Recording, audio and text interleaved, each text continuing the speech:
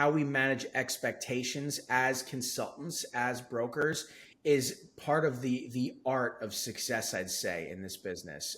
Um, you've got to understand on all sides of the table the thought process, the wants, the needs, the pain, the aspiration of who you're dealing with.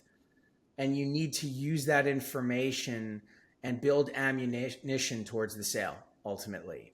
That is how it works. And so you've got to get ahead of expectations of worries and wants and needs and fear, and sometimes harness it to get your message across. Because make no mistake about it, if you have a borrower who has expectations and you allow them to believe that those expectations are accurate, um, and then you come in with something different, they're gone. They're shopping, they're leaving. You're not going to close a sale. So you've got to catch that very early on and correct the thinking of the borrower. But here's the truest thing, you'll hear about this whole thing. Um, Most people who get into this business from a coaching program, as I described to you before, due to their lack of experience, don't really know.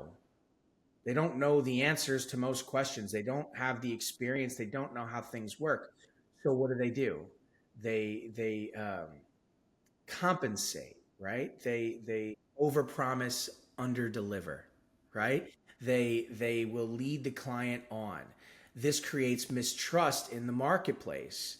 That's a problem. So there are charged, armed borrowers now that feel uncomfortable going into transactions, to your point, with the expectation that they're being lied to, they're being manipulated, tricked. And this is something that you and I we're going to get into as the conversation continues. But this happens a lot with commercial real estate projects, which is something we should talk about. Borrowers in a bad way, with a lot of pressure on them, with no way out, dealing with brokers that lack experience is a real problem. And this happens to businesses as well. And so what we do, what I've learned to focus on, is I like working those types of deals.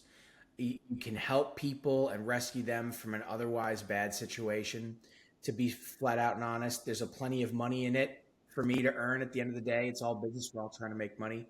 Um, but our ears to the ground. We're active in the marketplace. We know what to do with these expectations. We know how to help distressed borrowers.